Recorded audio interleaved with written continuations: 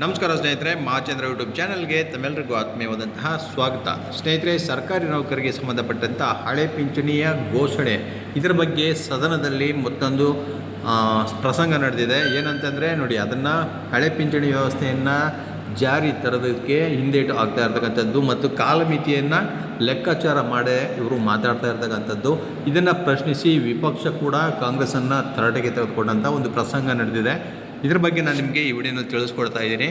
Video skip ಮಾಡದೆ ಪೂರ್ತಿಯಾಗಿ ನೋಡಿ. ಹಾಗೆ ನಮ್ಮ ಚಾನಲ್ನ ಇನ್ನು ಯಾರ್ಯಾರು ಸಬ್ಸ್ಕ್ರೈಬ್ ಮಾಡ್ಕೊಂಡಿಲ್ಲ ಅವರು ಈ ಕೂಡಲೇ ಸಬ್ಸ್ಕ್ರೈಬ್ ಮಾಡ್ಕೊಳ್ಳಿ ಅಂತ ಹೇಳ್ತಾ, ನೋಡಿ ಸ್ನೇಹಿತರೆ, ಚುನಾವಣೆ ಸಂದರ್ಭದಲ್ಲಿ ಪ್ರಣಾಳಿಕೆಯಲ್ಲಿ ಸೂಚಿಸಿದಂತೆ ಸರ್ಕಾರಿ ನೌಕರರಿಗೆ ಹಳೆ ಪಿಂಚಣಿ ವ್ಯವಸ್ಥೆ ಘೋಷಣೆ ಮಾಡಿಲ್ಲವೇಕೆ ಎಂದು ಆಡಳಿತ ಪಕ್ಷದ ಸದಸ್ಯ ರಾಮೋಜಿ ಗೌಡ ಸರ್ಕಾರವನ್ನು ಪ್ರಶ್ನೆ ಮಾಡಿದ ಪ್ರಸಂಗ ನಡೆಯಿತು.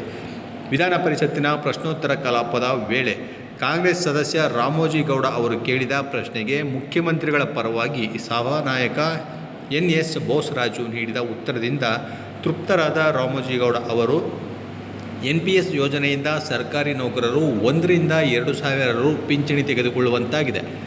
ಇದರಿಂದ ಸರ್ಕಾರಿ ನೌಕರರು ಹೇಗೆ ಬದುಕಬೇಕು? ನಿವೃತ್ತರಾದ ಸರ್ಕಾರಿ ನೌಕರರಿಗೆ ಭದ್ರತೆ ಇಲ್ಲವಾಗಿದೆ. ಹಳೆ ಪಿಂಚಣಿ ಯೋಜನೆಯನ್ನು ತಕ್ಷಣ ಪ್ರಕಟಿಸಿ ಎಂದು ಆಗ್ರಹಿಸಿದರು. ಈ ವೇಳೆ ಬೋಸರಾಜು ಮಾತನಾಡಿ, ಹಳೆ ಪಿಂಚಣಿಗೆ ಸಂಬಂಧಿಸಿದಂತೆ ಅಪರ ಮುಖ್ಯ ಕಾರ್ಯದರ್ಶಿಗಳ ನೇತೃತ್ವದಲ್ಲಿ 2 ಸಭೆ ಮಾಡಲಾಗಿದೆ. ಈ ನಡುವೆ ಕೇಂದ್ರ ಸರ್ಕಾರ ಹೊಸ ಪಿಂಚಣಿ ಯೋಜನೆಯನ್ನು ಪರಿಚಯಿಸುತ್ತಿದೆ. ಈ ವಿಷಯವಾಗಿ ಸಂಪೂರ್ಣ ಮಾಹಿತಿ ಲಭಿಸಬೇಕಾಗಿದೆ. ಕೇಂದ್ರದ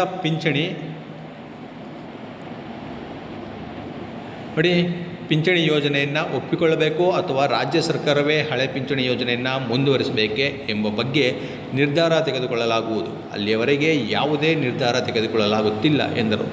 ಇದಕ್ಕೆ ಪ್ರತಿಪಕ್ಷದ ನಾಯಕ ಛಲವಾದಿ ನಾರಾಯಣಸ್ವಾಮಿ ಮಧ್ಯಪ್ರವೇಶಿಸಿ, ನೀವು ಸರ್ಕಾರಿ ನೌಕರರಿಗೆ ಭರವಸೆ ನೀಡಿ ಈಗ ಹಿಂದೆ ಸರಿದರೆ ಹೇಗೆ?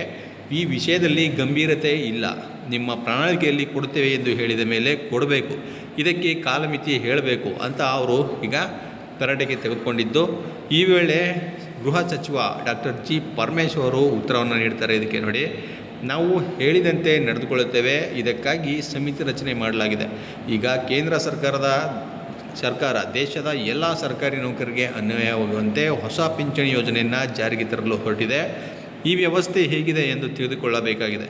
ಹಳೆ ಪಿಂಚಣಿ ಜಾರಿಗೆ ಸಂಬಂಧಿಸಿದಂತೆ ಕೆಲವು ಪ್ರಕ್ರಿಯೆಗಳಿರುತ್ತವೆ. ಅವುಗಳನ್ನು ಮಾಡಿದ ನಂತರ ನೀಡಿದ ಭರವಸೆಯನ್ನು ಅನುಷ್ಠಾನಕ್ಕೆ ತರಲಾಗುವುದು.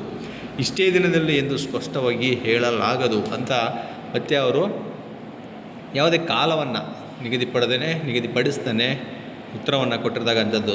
ಪ್ರತಿಪಕ್ಷ ಕೂಡ ಈಗ ಸರ್ಕಾರ ನೌಕರರ ಪರವಾಗಿ ಹಳೆ ಪಿಂಚಣಿ ಯೋಜನೆಯನ್ನು ಜಾರಿಗೆ ತರಬೇಕು ಅಂತ ಈ ಸಂದರ್ಭದಲ್ಲಿ ತರಾಟೆಗೆ ತೆಗೆದುಕೊಂಡಿರ್ತಕ್ಕಂಥದ್ದು. ಒಂದು ಒಳ್ಳೆಯ ಸರ್ಕಾರಿ ನೌಕರರಿಗೆ ಒಂದು ಒಳ್ಳೆಯ ಸಪೋರ್ಟ್ ಅಂತಲೇ ಹೇಳ್ಬೋದು ಸ್ನೇಹಿತರೆ. ಇದಿಷ್ಟು ಇವತ್ತಿನ ಮಾಹಿತಿ. ಮತ್ತಷ್ಟು ಇದೇ ರೀತಿ ಮಾಹಿತಿ ಜೊತೆಗೆ ನಾನು ನಿಮ್ಮನ್ನು ಭೇಟಿ ಮಾಡ್ತೇನೆ. ನಮಸ್ಕಾರ.